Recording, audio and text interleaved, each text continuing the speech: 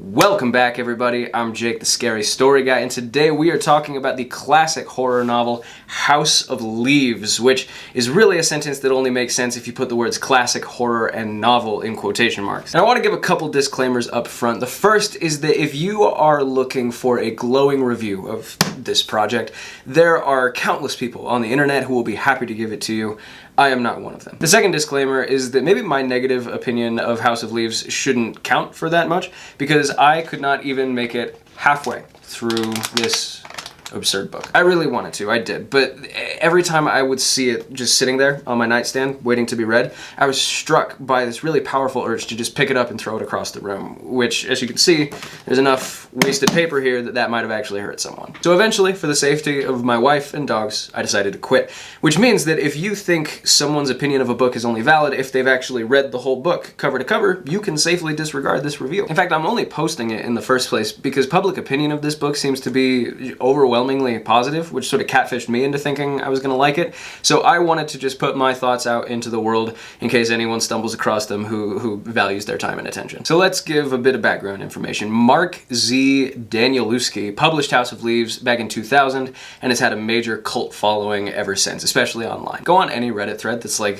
what's a horror novel I should read? And invariably, you will find House of Leaves up near the top. And the comments will be quite a bit different than for most of the, more standard novels. People describe this book with words like bizarre and disorienting and unforgettable, and they talk about how it affected their daily lives, like it made them question their sanity. Comments also mention how, don't embark on this journey lightly, right? Reading it's going to take a long time. It's going to be a very strenuous experience. And I was confused about this for a long time because the plot summary online is fairly simple, right? Let me read it to you. It says, a young family moves into a small home on Ash Tree Lane where they discover something is terribly wrong. Their house is bigger on the inside than it is on the outside. But it turns out there's a lot more to it than that. So let's see if I can explain this quickly in a way that makes sense. Probably not, but we're gonna try. So we open with a guy named Johnny Truant, who, by the way, is the single most annoying person ever committed to a blank page, but we'll get to that. Anyway, Johnny ends up exploring the apartment of a recently deceased man named Zampano. And in the clutter of Zampano's apartment, Johnny finds this enormous manuscript that turns out to be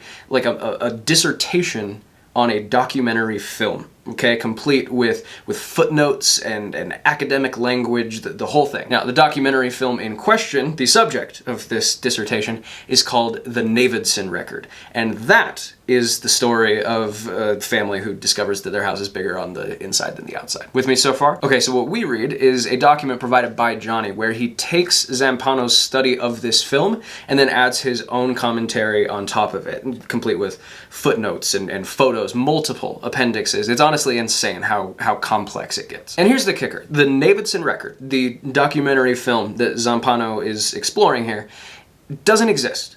Not like in real life. In the context of this book, the film is just totally imaginary. It's just a product of this Zampano guy's imagination. And he's writing a whole ass academic study on it. And he's referencing all these other texts that reference and explore the Navidson Record as if it's some really historically significant work that lots of other people have commented on, and all these outside sources are totally made up too. So we're getting Johnny's commentary on Zampano's commentary, on people that don't exist's commentary on a documentary film that also doesn't exist. And all throughout, the author is just dicking around the whole time. Like occasionally a word will just appear in a different color, for instance. Why?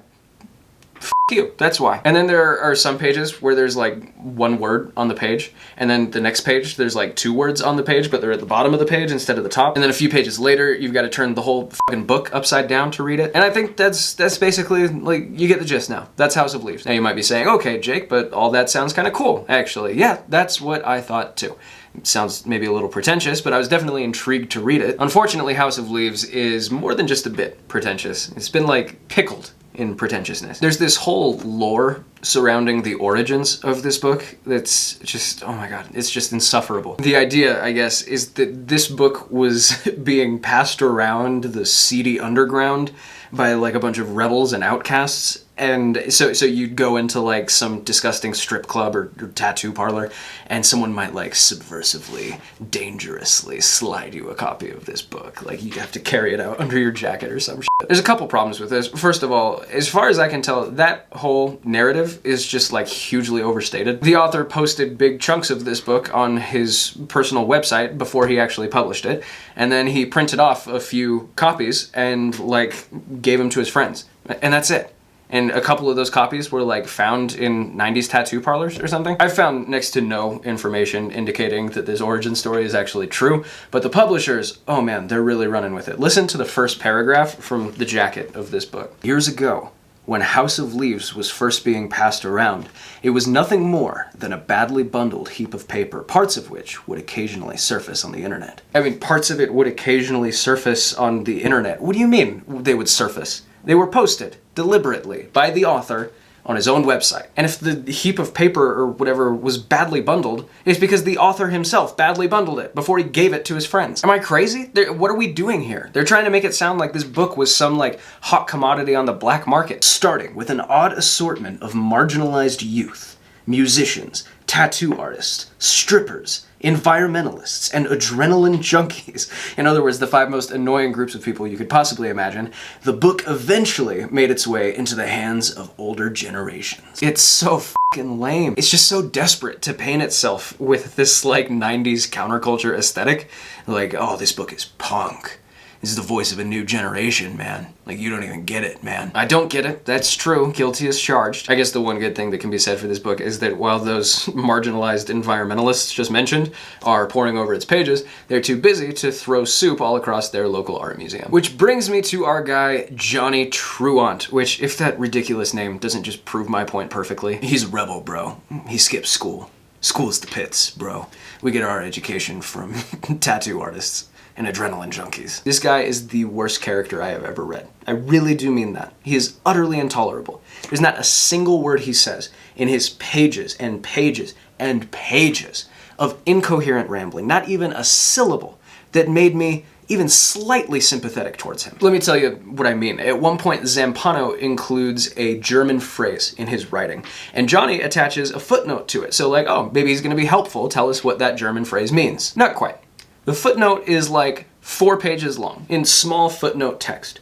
And it's all about how he went on a date with a German girl. And he was gonna ask her what that phrase meant. But instead, they just ended up doing drugs and having sex the whole time. And so for 4 pages, we're just treated to copious amounts of detail about the aforementioned drugs and sex. And we never find out what the phrase means. And that's it. And I might have been willing to look past such an interruption, like, oh, maybe the author's subverting the form or whatever, if it didn't happen on like every other page. I swear to God that a full half of this book is just Johnny Truant rambling about his job at the tattoo parlor, which of course, and how he's in love with a stripper. Again, of course. He's like the voice of an unheard generation, bro. And another thing, every time Johnny writes, he sounds like he just got out of a worship service at Our Lady of Run-On Sentences. There are single sentences in his footnotes that are like 1,000 words long, and none of them say a single thing worth reading. Johnny's meant to sound like some edgy, hard-living rebel, but really, he sounds like what you'd get if a 14-year-old boy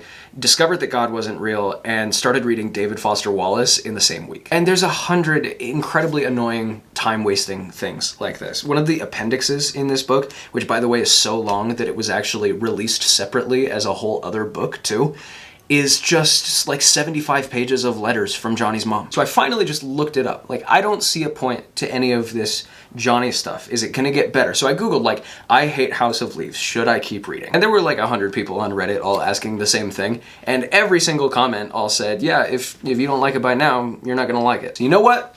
Life's too short. There were a couple of things I didn't hate about the book. First of all, the actual story in the house does have some cool aspects to it. There is a pretty interesting story here under all the garbage. Like, this would probably make a nice standard novel. I also thought the whole Zampano dissertation was kind of like wryly funny. The tone kind of felt like it was a satire of that pompous and stuffy and overly detailed kind of academic writing. You know, the kind of writing that takes a topic and just wrings it so dry that it just completely loses any interest the topic might have once compelled. That doesn't mean it was fun to read. In fact, it probably made the spooky parts of the book a lot less spooky, but I at least got what he was going for there. But ultimately, House of Leaves is without a doubt the most self-indulgent book I've ever come across. To read it is to bear witness to someone just whacking off on a page for like 700 pages. And I want to be clear, it's not that I think the people giving House of Leaves a positive review are wrong. necessarily. I recently reviewed another artsy horror project, a movie called Skinamarink,